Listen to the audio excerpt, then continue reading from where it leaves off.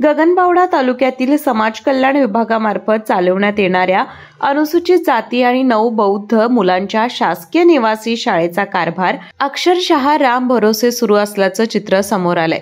गगनबावडा येथे समाज कल्याण विभागाच्या येथील प्रशस्त अशा देखण्या इमारतीमध्ये ही शाळा सुरू आहे। शाळेमध्ये आवश्यकता सर्व असलेल्या सोयी सुविधा असल्या तरी येथील व्यवस्थापनांच्या दुर्लक्षामुळे येथील विद्यार्थी वर्गाचे आरोग्य राम भरोसे बनू पाहत आहे। बाळ, फ्रीज मधून श्रीखंड काढ ना। आम्ही पूर्वी घरीच बनवायचो श्रीखंड, त्याची चवच वेगळी होती। आता काय सगळं रेडीमेड। आजी, हे श्रीखंड खाऊन बघ। आज तुझ्या आईनं घरीच बनवलं की काय?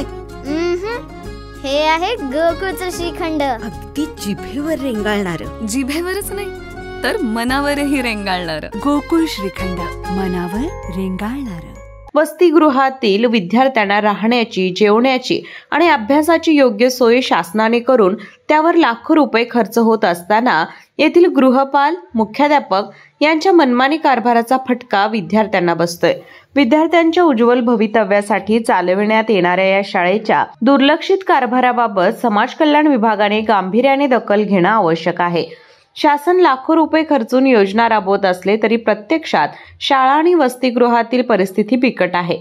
विद्यार्थ्यांसाठी देण्यात येणारा आहार योग्यतेचा नसल्याचं वास्तव पुढे आले। सडक्या भाज्या, आळी धरलेला आटा, पीठ, स्वयंपाक घरात चपला घालून फिरणारे, सतत गैरहजर असणारे गृहपाल, कर्मचाऱ्यांच्या मेडिकल रिपोर्ट वेळेवर न करणे, येथील सिक्युरिटी ड्रेस कोडवर नसणे, पत्रकारांना शूटिंगसाठी वास्तव समोर येईल म्हणून मज्जाव करणे हे येथील वास्तव आहे।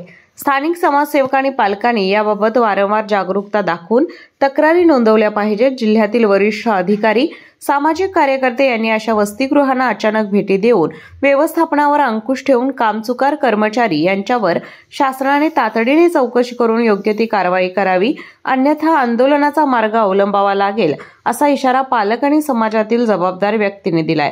केके न्यूज साठी गगनबावडा प्रतिनिधी योगेश कांबळे।